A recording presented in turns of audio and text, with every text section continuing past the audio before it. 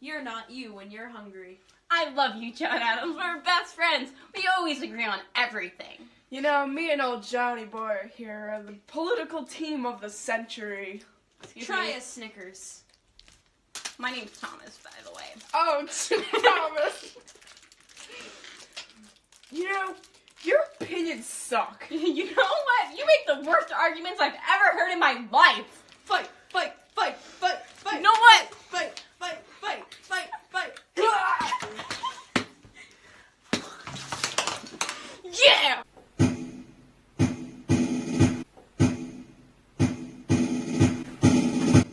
We are here with Thomas Jefferson and John Adams, bringing you the interview of a past lifetime.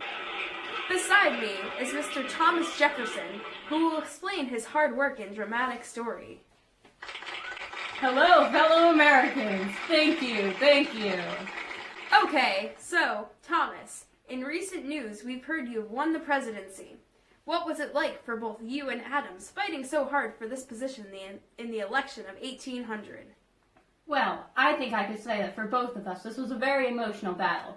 No matter who won, both me and Adams would believe the other one would be wrong for office. Even though it was a struggle, I still pulled through with Congress voting 65 to 39. Wowza! That was a close one. I think we should bring out Mr. John Adams and see his thoughts on this one. Please come in, John.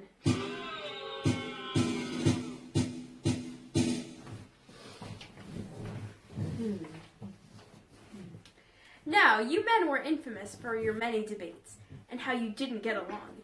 Many of us have heard the influential case of Marbury versus Madison. Please explain a little bit about that. So, in my last moments of being in office, I appointed Mr. William Marbury to the court. In order to start his job, he needed his commission. Marbury and his colleagues were known as the Midnight Judges, and their papers never got delivered because Jefferson paid James Madison to keep them from arriving as his presidency was starting. Calm down, John. Anyway, Marbury refused to let it go. He wanted the Supreme Court to get Madison to confess. This became a very important issue in the court that was resolved in recognizing Marbury's right to receive his commission, the right for remedy, and most importantly, the Supreme Court cannot make Madison or anyone tell them why he took the commission. Yes, and the Judiciary Act of 1789 gave the Supreme Court the power to rule on cases like this without violating any rights. Speaking of acts, how about let's talk about the Alien and Sedition Acts? Ooh. Were the Alien and Sedition Acts to protect us? Why, yes, they were. So what exactly were they? Well, under the Alien Act, the president could decide whether a person was a threat to national security and then force them out of the country. The act also increased the number of years it took for people to become a citizen, from 5 to 14. The Sedition Act made it illegal for people to publish something that might incite hostility against the government. We tried to use these laws against the people that were speaking out about my presidency. It sounds like those laws violated our Bill of Rights. Boo! Well, that was the problem. These acts were unconstitutional. The government did not have the power to come up with laws like that. So, Jeffy, what did you do in response to the people's opposition? So, we're up to nicknames now, are we? We've always been up to nicknames. Okay. Well, first Madison came up with something called the Virginia Resolution. Madison hoped that after passing these laws, other states would come out about their oppositions towards the Alien and Sedition Acts. The Kentucky Plan was written by myself, and it explicitly gave states power to nullify laws that are deemed unconstitutional. Okay, thank you. So, John, how did you avoid war during your presidency? It was especially hard when I was in office because Thomas over there was arguing about everything. My main goal during my presidency was to avoid going to war with France.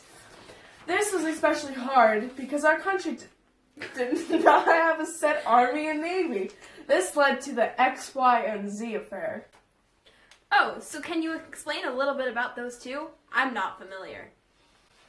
Well, France agreed to sign an agreement if the United States did three things. We had to lend their government $12 million, apologize for anti-French statements in a recent message from me to the Congress, and pay the French foreign minister $250,000. Wowza. We agreed to pay if France signed the argument first. But first, they wanted us to pay first. Then they would sign. This fueled arguments and sparked progression towards war. Sounds rough. Now, Thomas, if I remember correctly, you were the president who was in charge of buying the Louisiana Territory. Yes. Were you, Jeffy? I was. I was the president who was in charge of the Louisiana Purchase. It was one of the greatest accomplishments of my presidency, because when you do the math, each acre was only 3 cents each. Well, that really is amazing. Yes. Yes, it was. Who did you buy the Louisiana Territory from? Well, actually, we bought the Louisiana Territory from the French. Latvians. The French owned the Louisiana Territory. They allowed the United States to store goods in New Orleans. The French and Spanish were allies, and in 1802, Spanish troops revoked the right of the United States to store their goods out. Oh my gosh. Oh my god. That is absolutely ridiculous. Why, yes it is. Whatever did you do? Well, I did what any good politician would do. I sent James Monroe to France. He negotiated with the French to get our space back. In 1803, James Monroe was there. The French asked if the United States would be interested in buying the territory. Negotiations moved very quickly, and in the beginning of May, the treaty was signed and transferred in authority of the land over to the U.S. Well, some people would say that the Louisiana Purchase was unconstitutional. Some people have said the Louisiana Purchase was unconstitutional because the Constitution did not explicitly give directions about the power that the president gets about buying new land or territory. Personally, I don't think that this purchase was unconstitutional, and I believe that it was in the best interest of the American people. That is so cool. So now that the country has almost doubled in size, what was your next step? Well, my next step was exploring the land. I decided that Meriwether Lewis would be in charge of the expedition. He was one of my former secretaries. He was the one person who chose William Clark to lead the expedition alongside him. Now, how did Meriwether Lewis know Clark? Oh, they served in war together. They had 45 other men that went alongside them. They were gone from November 1805 to September 1806, so almost a year. Did the men have to go through any training to be part of this expedition? Before the expedition started, Meriwether Lewis had to travel to Philadelphia, and he was trained With some of the top scientists of our time. Yes. That sounds awesome, but expensive. How much did this entire project cost? This entire project cost about $2,500. And it had to be approved by Congress. What were you looking to achieve from this project? Well, I was looking to find a route to the Pacific Ocean, which we would soon find out did not exist.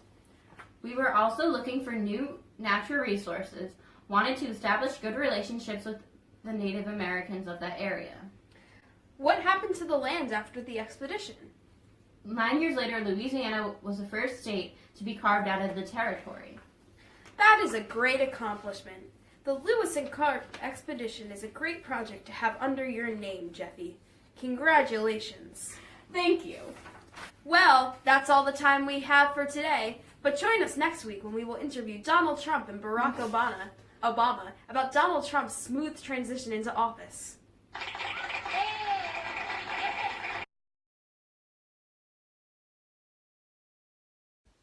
Wow, 1787. It was a very hot summer. We, your founding fathers, are working hard to write a new constitution for America. The only way we take our breaks is with a nice cold Diet Coca-Cola. Miss Hurley, this one's for you. Oh my gosh.